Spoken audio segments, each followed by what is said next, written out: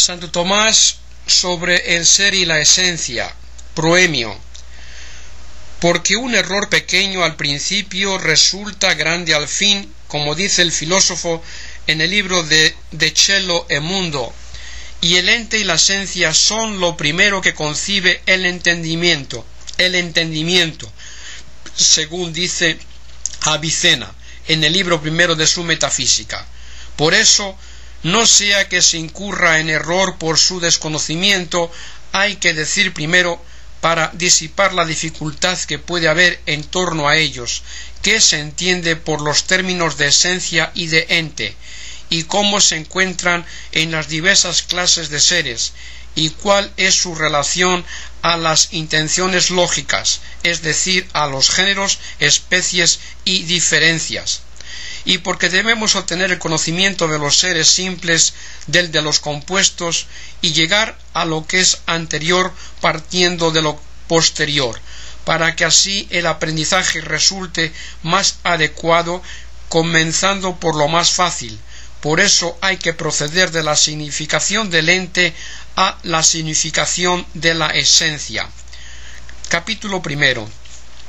Es de saber que, como dice el filósofo en el libro cuarto de su Metafísica, el ente propiamente dicho tiene dos acepciones, una la del ente que se divide en los 10 géneros, otra la del ente que significa la verdad de las proposiciones.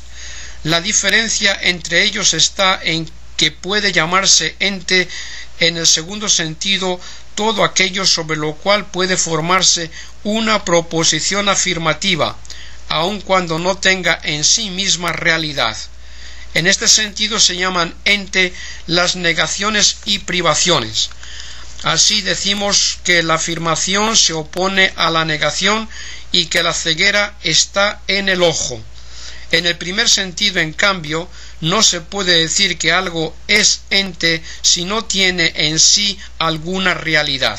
Por lo mismo, en ese sentido, no son ente la ceguera y demás negaciones. Pues bien, el nombre de esencia no se deriva del ente tomado en el segundo sentido, pues hay algunos entes en este sentido que no tienen esencia, como se ve en la privación, sino que se deriva del ente tomado en el primer sentido. Por eso el comentador dice en ese mismo pasaje: el ente dicho en el primer sentido es lo que significa la sustancia de la cosa. Y como según queda dicho, el ente tomado en este sentido se divide en los 10 géneros, la esencia debe significar algo común a todas las naturalezas, por las cuales los diversos entes se ordenan en los diversos géneros y especies, como por ejemplo la humanidad es la esencia del hombre, y lo mismo en todas las demás. Ahora bien, aquello que constituye a una cosa en su propio género o especie es lo que significa por la definición, que enuncia lo que la cosa es. De ahí que los filósofos han cambiado el nombre de esencia por el de quididad, y eso es lo que el filósofo llama con frecuencia lo que algo es, quod quid erat esse. Esto es, aquello por lo que una cosa tiene el ser algo. También se llama forma, por cuanto forma significa la certeza o quididad de una cosa, como dice Avicena en el libro segundo de su Metafísica. Esa misma realidad se significa también con el nombre de naturaleza, tomada ésta en el primero de los 4 sentidos que señala Boecio en el libro de Daubus Naturis, es decir, en cuanto que naturaleza se llama todo aquello que de alguna manera puede ser concebido por el entendimiento. Una cosa no es, en efecto, inteligible más que por su definición y su esencia. Y así dice también el filósofo en el libro cuarto de la Metafísica, que toda sustancia es naturaleza. Sin embargo, el nombre de naturaleza tomado en este sentido parece significar la esencia de la cosa en cuanto que dice relación a la propia operación, ya que ningún ser está privado de ella. En cambio, el nombre de quiddidad se deriva del hecho de que se significa por la definición, mientras que se llama esencia en cuanto que por ella y en ella el ente tiene el ser. Ens habet esse.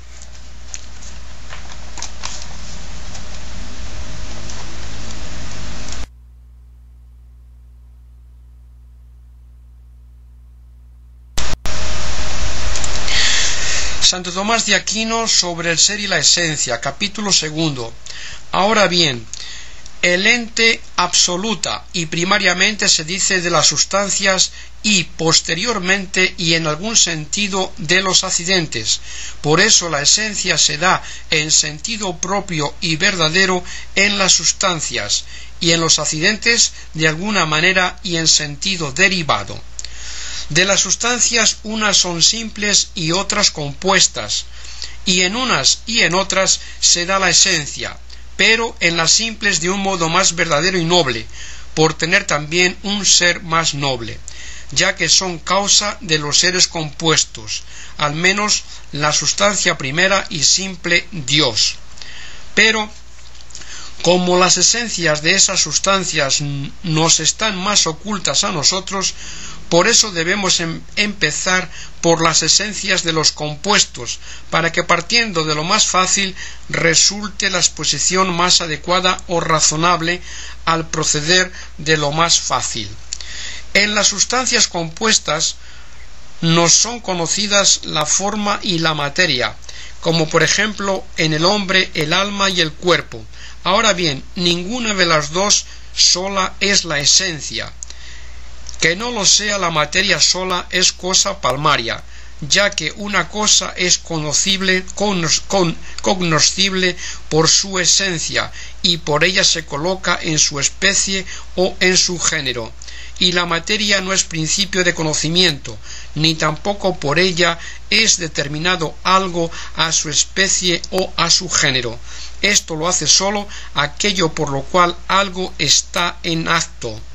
Tampoco la forma sola puede ser la esencia de la sustancia compuesta, por más que muchos se empeñen en sostener esto. En efecto, por lo que llevamos dicho, es claro que la esencia es aquello que la definición significa, mas la definición de las sustancias materiales no incluye tan solo la forma, sino también la materia. De no ser así, no se diferenciarían entre sí las definiciones naturales y las matemáticas, ni tampoco se puede decir que la materia se ponga en la definición de la sustancia natural como algo añadido a su esencia o un ente extraño a ella, ya que tal clase de definición es propia de los accidentes, que no tienen esencia en sentido cabal, por lo cual en su definición debe entrar el sujeto que no pertenece al género de ellos. Es pues evidente que la esencia comprende la materia y la forma.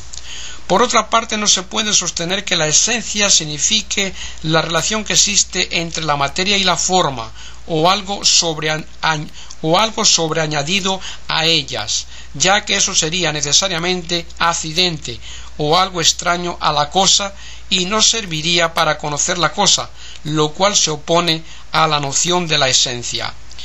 Pues la forma, que es acto de la materia, constituye a ésta en acto y esto determinado, hoc aliquid. Por eso lo que sobreviene no confiere a la materia el ser en acto, sino más bien sin más, sino el ser tal como lo hacen los accidentes. Así, por ejemplo, la blancura hace blanco en acto a su sujeto. Por lo mismo, cuando se adquiere una de esas formas, no se dice de ella que es producida o hecha absolutamente, sino sólo en un sentido determinado. En conclusión,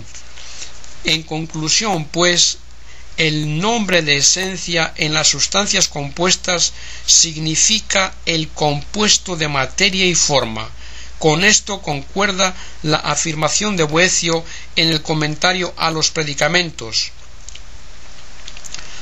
de que ósea significa el compuesto. También Avicena dice que la quiddidad de las sustancias compuestas es la composición misma de la forma y materia. Asimismo, el comentador dice en el comentario al libro octavo de la metafísica: la naturaleza que tienen las especies en las cosas generales es algo intermedio, es decir, el compuesto de materia y forma. Esta doctrina la sufraga la razón, ya que el ser ese de la sustancia compuesta no es tan sólo de la forma ni tampoco de la sola materia, sino del compuesto, y precisamente por la esencia se dice que la cosa es. Así que es preciso que la esencia, por la cual la cosa recibe nombre de ente, no sea sólo la forma ni sólo la materia, sino ambas a la vez, bien que sólo la forma es a su modo la causa de tal ser, ese. Así lo vemos en los demás casos en que tiene lugar una composición de varios elementos, que la cosa no recibe su denominación únicamente de uno solo de dichos principios, sino de lo que los abarca a todos, como por ejemplo en los sabores. La dulzura proviene de la acción del calor que resuelve el elemento húmedo. Sin embargo, aunque el calor sea causa de la dulzura del modo dicho, el cuerpo no se llama dulce por el calor, sino por el sabor, que comprende lo caliente y el elemento húmedo. Mas, como la materia es el principio de la individuación, podría parecer que de aquí se sigue que la esencia, que comprende a la vez a la materia y a la forma, es sólo particular y no universal, lo que llevaría consigo el que los universales no tienen definición, si es verdad que la esencia es lo que significa la definición. Por eso hay que tener en cuenta que la materia es principio de individuación, no tomada de cualquier manera, sino tan sólo la materia signata. Llamo materia asignada a la materia en cuanto que es considerada bajo determinadas dimensiones. Esa materia no entra en la definición del hombre en cuanto hombre, pero sí que entraría en la definición de Sócrates, si Sócrates tuviese definición. En la definición de hombre se pone la materia no signada. Así no ponemos en la definición de hombre estos huesos y esta carne, sino huesos y carne en general, que son la materia no signada del hombre.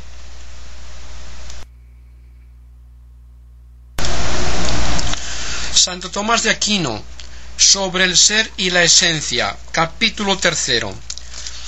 Una vez visto lo que significa el nombre de esencia en las sustancias compuestas, hay que considerar sus relaciones con la razón de género, especie y diferencia, como aquello que tiene carácter de género o de especie o de diferencia que se predica de este singular determinado.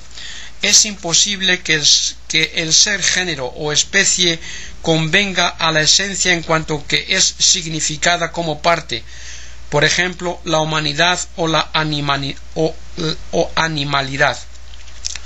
Por eso dice Avicena que la racionalidad no es de diferencia, sino principio de diferencia, y por la misma razón la humanidad no es especie, ni la animalidad género. Asimismo, tampoco se puede decir que el ser género o especie convenga a la esencia como una cosa existente fuera de los singulares, como la ponían los platónicos, porque entonces se podría predicar el género y la especie de este individuo. Es inadmisible que Sócrates sea algo que está separado de él, ni a su vez eso separado sirve en algo para el conocimiento de este singular. Queda pues que el ser género o especie le conviene a la esencia en cuanto que es significada como todo, como por ejemplo hombre o animal, en cuanto que contiene implícita e indistintamente todo lo que hay en el individuo. Ahora bien, la esencia así tomada puede ser considerada de dos maneras, una en su propia naturaleza, y esa es su consideración absoluta. En esta no se puede decir de ella con verdad sino lo que le compete por ser tal naturaleza. Toda otra atribución que se le haga será falsa. Por ejemplo, el hombre en cuanto hombre le compete racional, animal y las demás notas que entran en su definición, pero no blanco o negro o cualquier otro predicado que no está incluido en la naturaleza o concepto de humanidad. Por tanto, si se pregunta de esa naturaleza así considerada, si se puede decir que es una o que es muchas, no hay que elegir ninguno de los dos miembros. Ambos caen fuera del concepto de humanidad y ambos pueden sobrevenirle accidentalmente. En efecto, si la pluralidad perteneciese a su concepto y esencia, nunca podría ser una, siendo así que es una tal como existe en Sócrates. Igualmente, si la unidad perteneciese a su concepto y esencia, entonces será una misma la naturaleza de Sócrates y la de Platón, y no podría ser multiplicada en muchos sujetos. Otra manera de ser considerada la esencia es en cuanto a la existencia que tiene en este o en aquel individuo, y de ella así considerada se predica algo accidentalmente por razón del sujeto en que se halle, como por ejemplo se dice que el hombre es blanco porque Sócrates es blanco, aunque eso no le competa al hombre en cuanto hombre. Pues bien, esa naturaleza tiene dos suertes de existencia, una en los singulares, otra en la mente, y en ambas maneras de existir le son inherentes a dicha naturaleza los correspondientes accidentes o modos de ser. En los singulares tiene la existencia multiplicada conforme a la diversidad de los mismos, y sin embargo ninguna de esas existencias le compete a la naturaleza misma, considerada en sí misma, es decir, absolutamente, pues es falso decir que la naturaleza del hombre en cuanto tal tenga existencia en este singular. Si le compitiese al hombre en cuanto tal el existir en este singular, nunca existiría fuera de este singular, y lo mismo si le compitiese al hombre en cuanto hombre en no existir en este singular, nunca existiría en él. La verdad en este punto es que el hombre en cuanto hombre no comporta el existir en este singular, o en aquel otro, o en la mente. Es pues evidente que la naturaleza humana absolutamente considerada prescinde de cualquier ser determinado, sin que sin embargo excluya ninguno. Esa naturaleza así considerada es la que se predica de todos los individuos. Sin embargo, no se puede decir que el carácter de universal competa a la naturaleza así considerada. En efecto, al universal le es esencial la unidad y la comunidad, y ninguna de estas compete a la naturaleza absolutamente considerada, porque si la comunidad perteneciese al concepto de hombre, entonces en todo ser en que se encontrase la humanidad se daría también la comunidad, lo cual es falso, ya que en Sócrates no se da comunidad alguna, sino que cuanto hay en él está individuado. Tampoco se puede decir que el carácter de género o especie sobrevenga accidentalmente a la naturaleza humana por la existencia que tiene en los individuos, ya que la naturaleza humana no se encuentra en los individuos con la unidad, de suerte que sea algo uno común a todos, cosa que se requiere para el universal.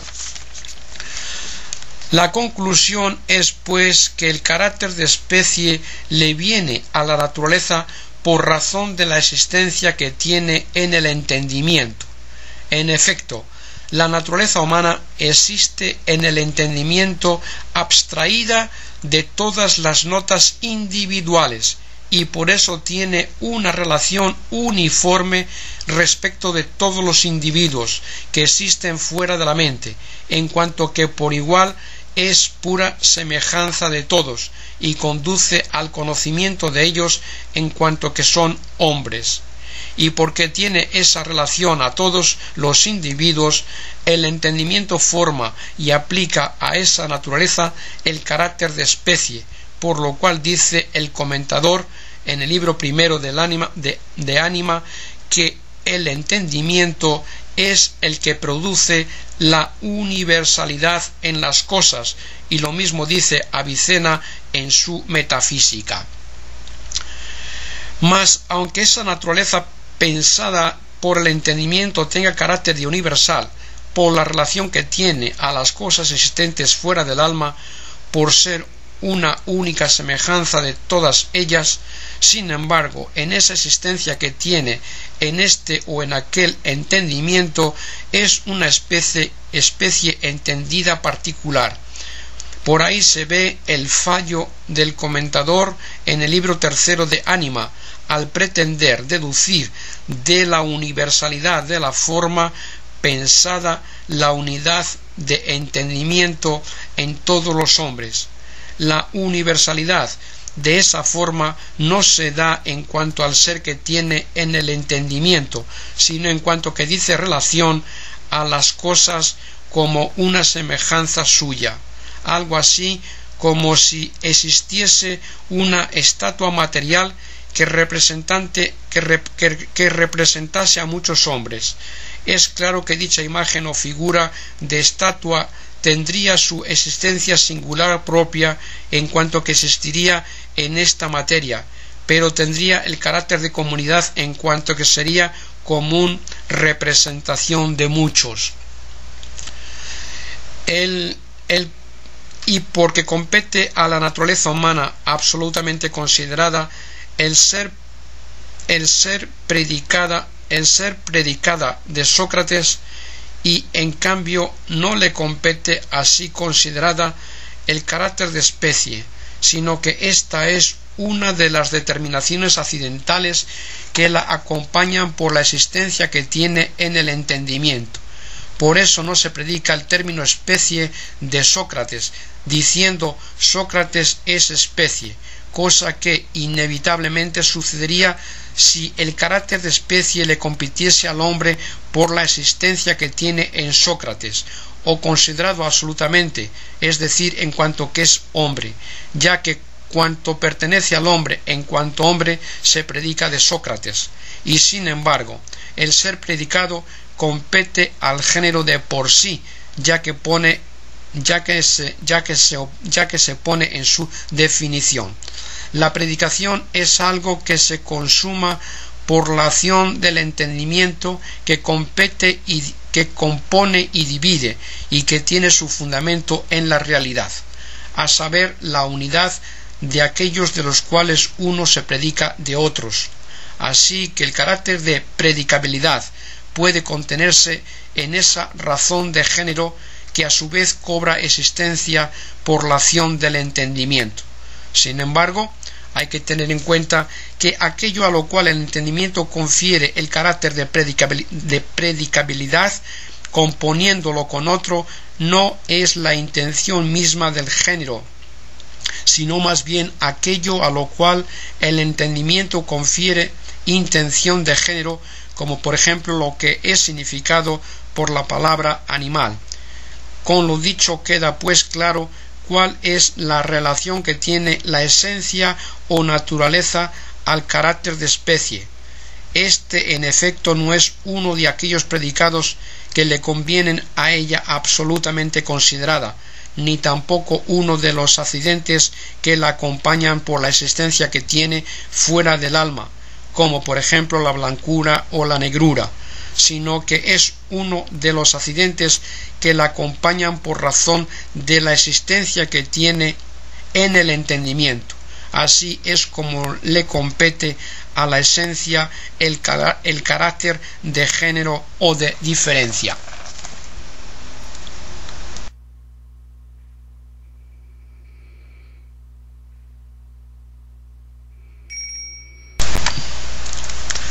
Santo Tomás de Aquino sobre el ser y la esencia, capítulo 4. Nos queda ahora por ver cómo se halla la esencia en las sustancias separadas, a saber, en el alma, en las inteligencias y en la causa primera. Aunque todos admiten la simplicidad de la causa primera, algunos sin embargo pretenden poner en las inteligencias y en las almas la composición de materia y forma, teoría cuyo autor parece haber sido Avicebron en su obra Fons Vitae. Pero semejante afirmación está en oposición con la enseñanza común de los filósofos, quienes llaman separadas de la materia esas sustancias y prueban que carecen de toda materia. La razón más fuerte en que se apoya la prueba se toma de la facultad de entender que hay en ellas. Vemos en efecto que las formas no son inteligibles en acto, sino en cuanto que están separadas de la materia y de las condiciones materiales, ni tampoco se hacen inteligibles en acto más que por la eficacia de una sustancia inteligente, en cuanto que son recibidas en ella y por ella son producidas. En toda sustancia inteligente tiene que haber, pues, una completa inmunidad de la materia, de suerte que ni tenga a la materia como parte suya, ni tampoco tenga la manera de ser de las formas que informan a la materia, como es el caso de las formas materiales.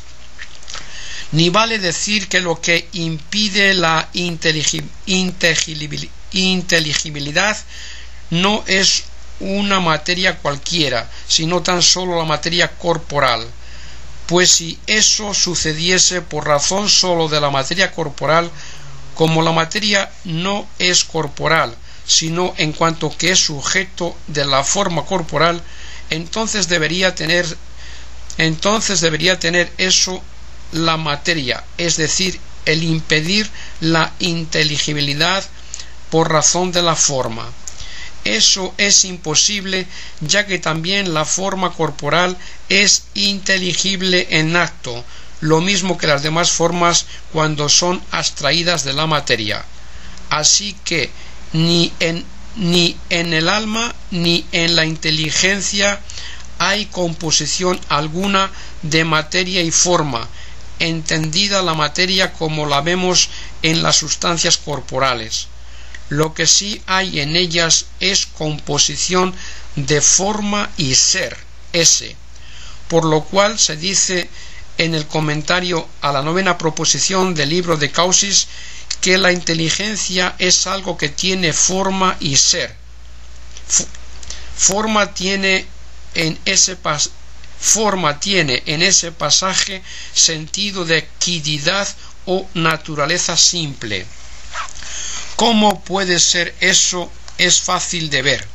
Cuando hay dos seres que tienen entre sí la relación de causa y efecto, el que es causa puede existir sin el otro, pero no a la inversa. Pues bien, esa es la relación que se da entre la materia y la forma.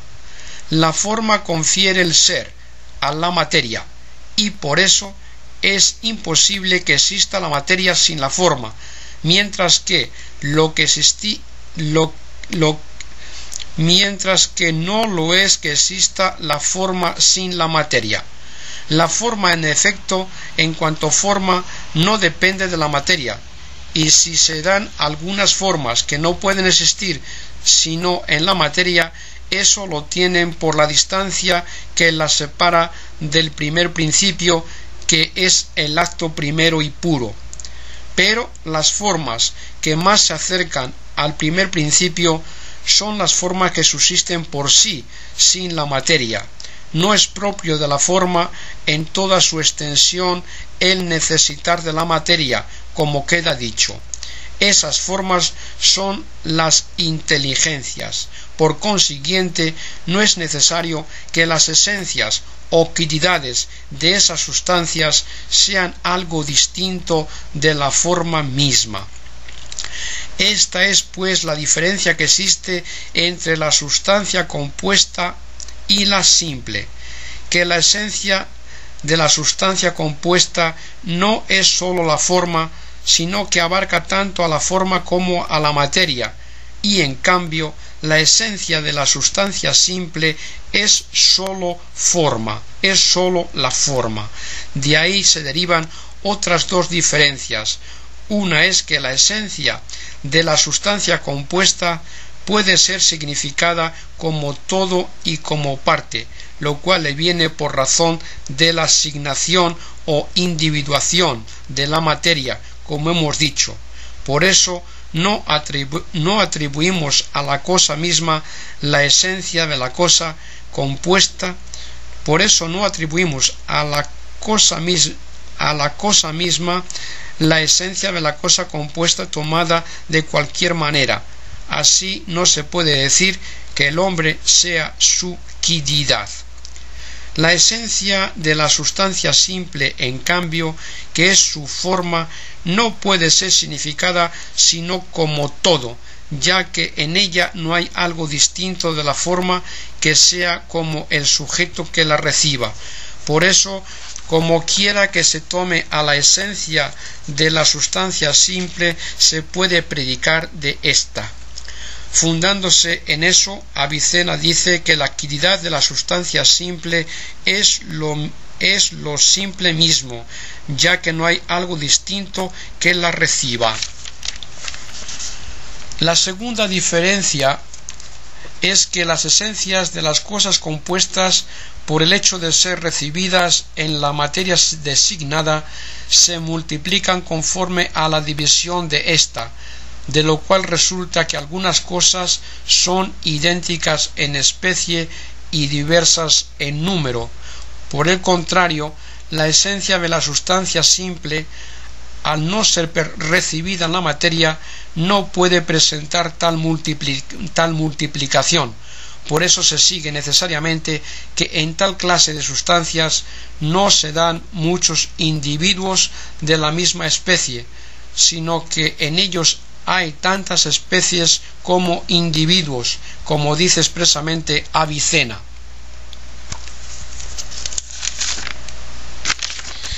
Pues bien, esas sustancias, aunque sean sólo formas sin materia, no son sin embargo absolutamente simples como actos puros, sino que se da en ellas mezcla de potencia. Por eso esto se ve claro por lo siguiente: todo lo que no pertenece al concepto de la esencia o quididad viene de fuera y entra en composición con ella, ya que ninguna esencia se puede concebir sin sus partes esenciales. Ahora bien, toda esencia o quididad puede ser concebida sin que se piense en su ser o existencia. Así yo puedo pensar qué es el hombre o el fénix y no saber si existe en realidad. Luego es evidente que el ser o existencia ese se distingue de la esencia o quididad, a menos que haya alguna cosa cuya quididad sea su ser o existencia misma, ipsum sunt esse. Esa no puede ser sino única y primera, ya que es imposible que algo pueda multiplicarse más que o por la adición de alguna diferencia, como se multiplica el género en las especies, o por la recepción de la forma en diversas materias, como se multiplica la naturaleza de la especie en diversos individuos, o por el hecho de que uno es absoluto o abstracto y el otro es recibido en algún sujeto. Así, si existiese un calor separado, se distinguiría por su misma separación del calor no separado. Pero si se da una cosa que sea solamente ser, de suerte que el ser mismo sea subsistente, tal ser no recibiría la adición de diferencia alguna, porque entonces ya no sería solo ser, sino ser y además una forma, y mucho menos recibiría la adición de materia, porque entonces ya no sería ser subsistente sino material. La conclusión es que una tal cosa que sea su ser es necesariamente única, y por lo mismo se sigue que en toda otra cosa distinta de ella se distingue su ser ese y su quididad o naturaleza o forma. Luego, en las inteligencias tiene que haber, además de la forma, ser. Por eso hemos dicho que la inteligencia es forma y ser.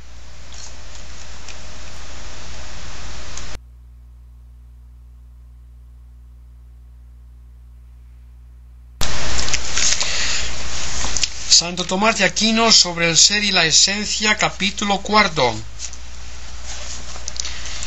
Mas es de advertir que todo lo que pertenece a una cosa o está en ella por los principios intrínsecos de su naturaleza, como por ejemplo la visibilidad en el hombre, o proviene de algún principio extrínseco, como por ejemplo la luz en el aire, por influencia del sol.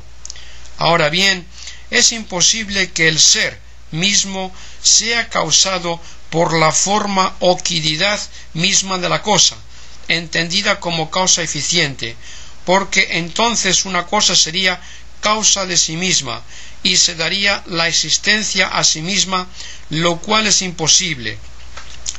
Luego, toda cosa cuyo ser se distinga de su naturaleza debe recibir el ser o la existencia de otro, y como todo lo que existe por otro se reduce como a causa primera, a lo que existe por sí tiene que existir algún ser que sea causa de la existencia para todas las cosas, por ser él solo el ser.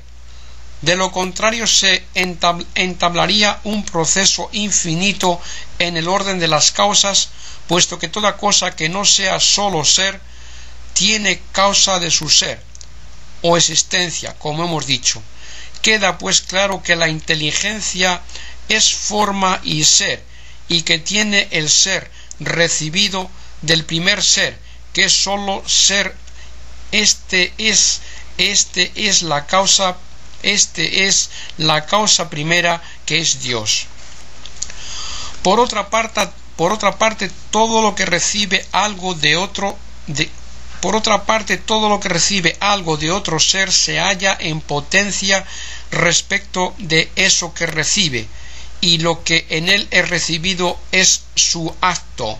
Por tanto, la actividad o forma que es inteligencia está necesariamente en potencia respecto del ser que recibe de Dios, y ese ser que recibe es a manera de acto, con lo cual tenemos que en las inteligencias se da potencia y acto, pero no forma y materia, a no ser en un sentido equívoco.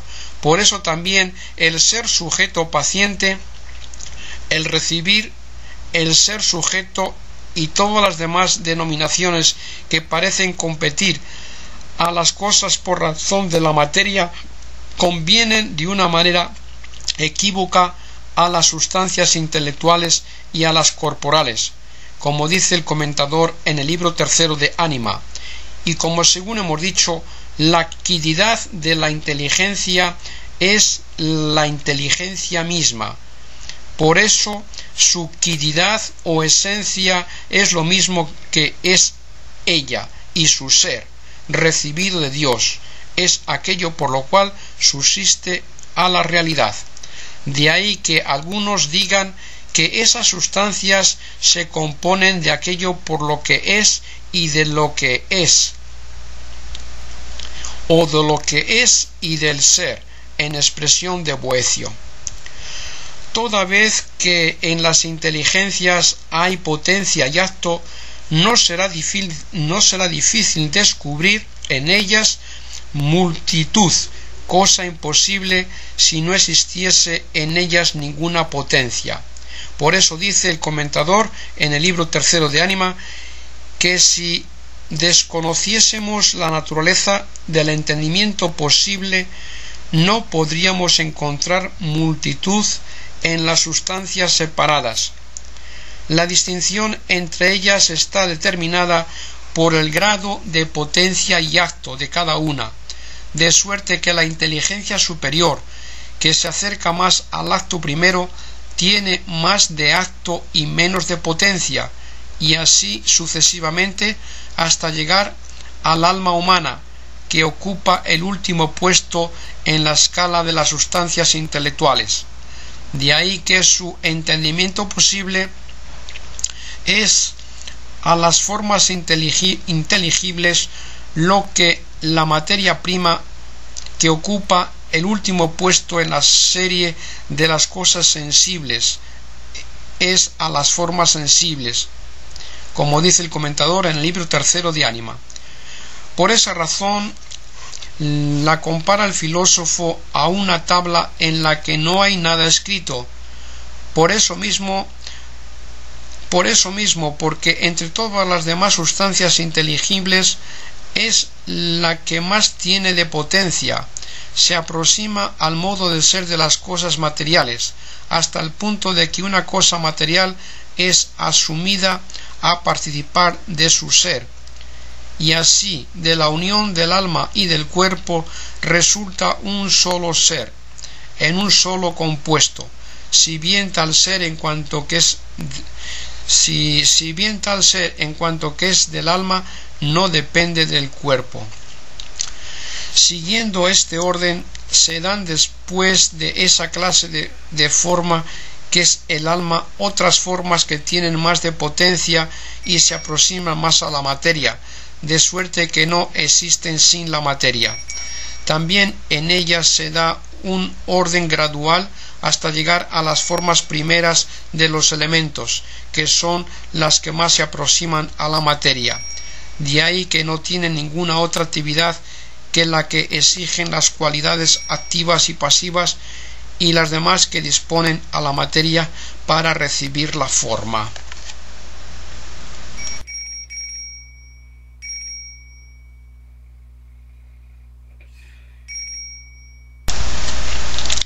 Santo Tomás de Aquino sobre el ser y la esencia, capítulo 5. Por lo dicho se ve claro cómo se halla la esencia en las diversas clases de seres. Tres maneras presenta la esencia de hallarse realizada en las sustancias. Existe un ser Dios, cuya esencia es su ser mismo, por lo cual hay algunos filósofos que dicen que Dios no tiene quididad o esencia, porque su esencia no se distingue de su ser, y de eso se sigue que no pertenece a ningún género, ya que todo lo que pertenece a un género tiene necesariamente la quididad distinta de su ser, pues la quididad o la naturaleza del género o de la especie no se distingue en cuanto a la naturaleza en aquellos de los cuales es género o especie, sino que lo que es diverso en los diversos sujetos es el ser. Ni hay por qué, si decimos que Dios es solo ser, hayamos de incurrir, ni hay por qué, si decimos que Dios es solo ser, hayamos de incurrir en el error de los que sostuvieron que Dios es el ser universal por el cual existe formalmente todo ser.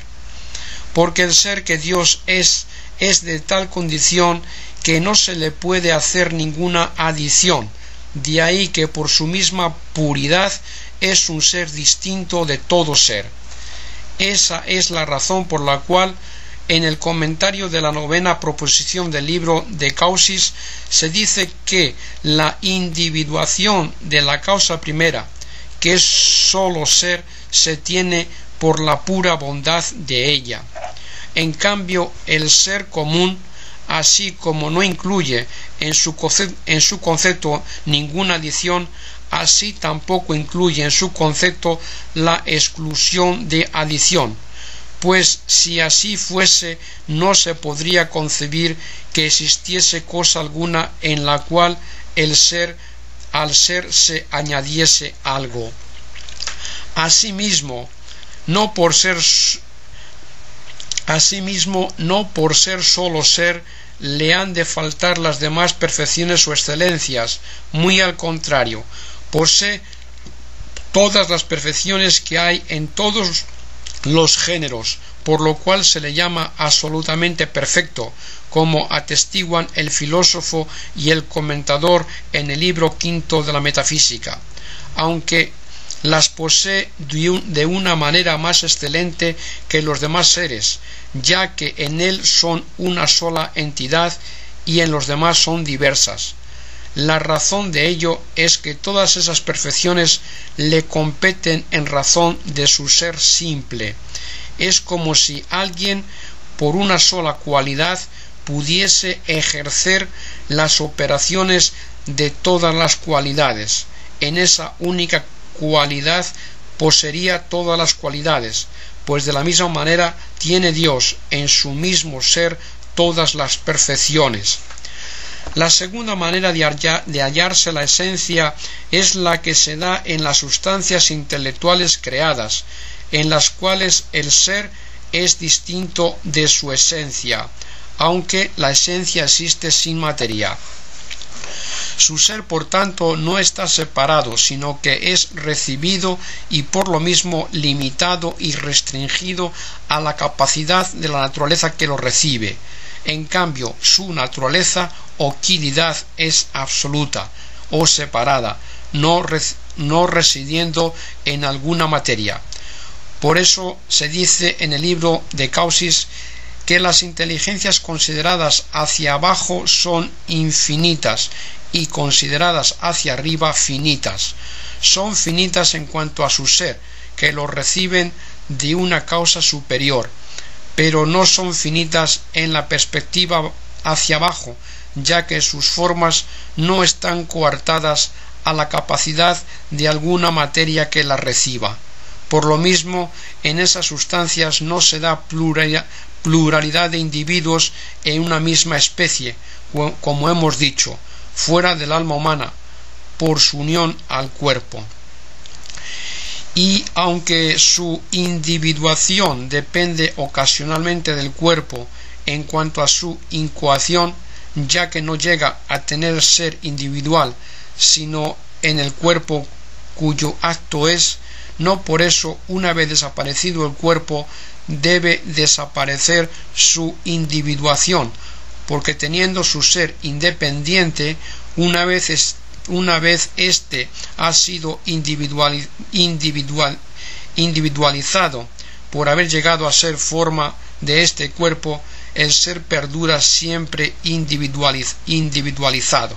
Por eso dice Avicena que la individuación y multiplicación de las almas depende del cuerpo en cuanto a su principio, pero no en cuanto a su fin. Además, como en estas sustancias la quilidad no es idéntica al ser, son por eso susceptibles a ser ordenadas en los predicamentos, por lo cual se da en ellos género, especie y diferencia, aunque no son desconocidas sus diferencias propias. En las cosas sensibles, en efecto, no conocemos las mismas diferencias.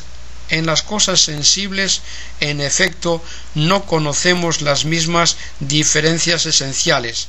Por eso las expresamos por sus diferencias accidentales que proceden de ellas, a la manera como designamos la causa por su efecto y ponemos bípedo como diferencia de hombre, por lo que hace a las sustancias inmateriales, desconocemos sus accidentes propios, por lo cual no podemos expresar sus diferencias ni por ellas mismas ni por las diferencias accidentales. Por fin hay un tercer modo de hallarse la esencia, y es el que se da en las sustancias compuestas de materia y forma, en las cuales no sólo el ser es recibido y finito, porque también tiene el ser causado por otro, sino que además su naturaleza o utilidad es recibida en la materia designada. Por eso son finitas en ambas perspectivas, hacia arriba y hacia abajo. Y además, a causa de la división de la materia asignada, son posibles muchos individuos en una sola especie. La relación de la esencia de estas sustancias a las intenciones lógicas ya ha sido expuesta más arriba.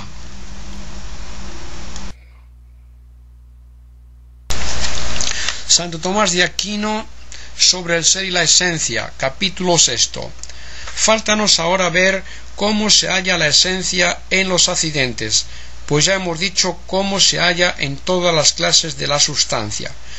Como la esencia es lo que significa la definición, según hemos dicho también, necesariamente el modo de tener la esencia los accidentes será el mismo como tienen definición.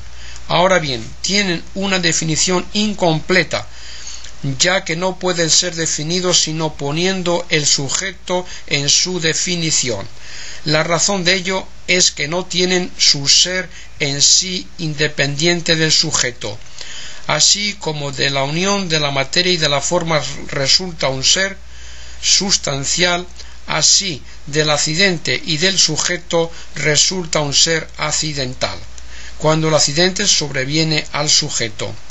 Y por eso también ni la forma sustancial ni la materia tiene una esencia completa, ya que en la definición de la forma sustancial tiene que entrar aquello de lo cual es forma, con lo que su definición se hace por la adición de algo que es extraño al género de ella, lo mismo que la definición de la forma accidental. Por lo mismo, el filósofo natural, que considera el alma sólo en cuanto que es forma del cuerpo físico, pone también en su definición al cuerpo. Sin embargo, entre las formas sustanciales y las accidentales se da esta diferencia, que así como la forma sustancial no tiene un ser por sí independiente sin el sujeto al cual sobreviene, así tampoco lo tiene su sujeto, es decir, la materia. Por eso, de la unión de ambas resulta ese ser en el cual la cosa subsiste por sí y hacen surgir un uno con unidad propia. Por lo mismo, de su unión resulta una esencia. De ahí que la forma, aunque en sí considerada no llega a ser una esencia, es parte, sin embargo, de una esencia completa. En cambio, aquello que sobreviene el accidente, aquello a que sobreviene el accidente es un ente completo subsistente en su ser, el cual precede en orden de naturaleza al accidente que sobreviene. Por eso, el accidente no causa, por su unión con el sujeto al que sobreviene, el ser en el cual la cosa subsiste, en virtud del cual es ente por sí, sino una suerte de ser secundario, sin el cual se puede concebir que existe la cosa subsistente, como lo primero se puede concebir sin lo secundario. De ahí que del accidente y del sujeto no resulta algo uno por sentido pleno y propio, sino algo uno accidentalmente. Por lo mismo no resulta de su unión una esencia, como resulta de la unión de la forma con la materia. Así que el accidente, si llega a ser esencia completa, así que el accidente ni llega a ser esencia completa, ni tampoco es parte de esencia completa, sino que así como es ente en cierto sentido, así también tiene esencia en cierto sentido. Ahora bien, aquello que dentro de cada género recibe la denominación por excelencia y con la máxima verdad, es causa de lo que en dicho género viene después de ello, como por ejemplo el fuego, que está en el grado supremo de la escala del calor, es causa del calor en las cosas cálidas, como se dice en el libro segundo de la metafísica. Por eso la sustancia, que es el principio en el género del ente y tiene esencia en grado máximo y el más verdadero, debe ser causa de los accidentes que participan secundariamente y en algún sentido de la razón de ente, aunque es de advertir que eso se verifica de diversas formas. En efecto, como las partes de la sustancia son la materia y la forma, de ahí que unos accidentes siguen principalmente a la forma y otros a la materia. Ahora bien, hay formas cuyo ser no depende de la materia, como el alma intelectual, mientras que la materia no tiene existencia sino por la forma. Conforme a eso, en los accidentes que siguen a la forma hay algo que no tienen comunicación con la materia, como el entender, que no se verifica por intervención del órgano corporal, como prueba el filósofo en el libro tercero de Ánima. Existen en cambio entre esos accidentes que siguen a la forma otros que tienen comunicación con la materia, como el sentir, pero ningún accidente sigue a la materia sin tener comunicación con la forma.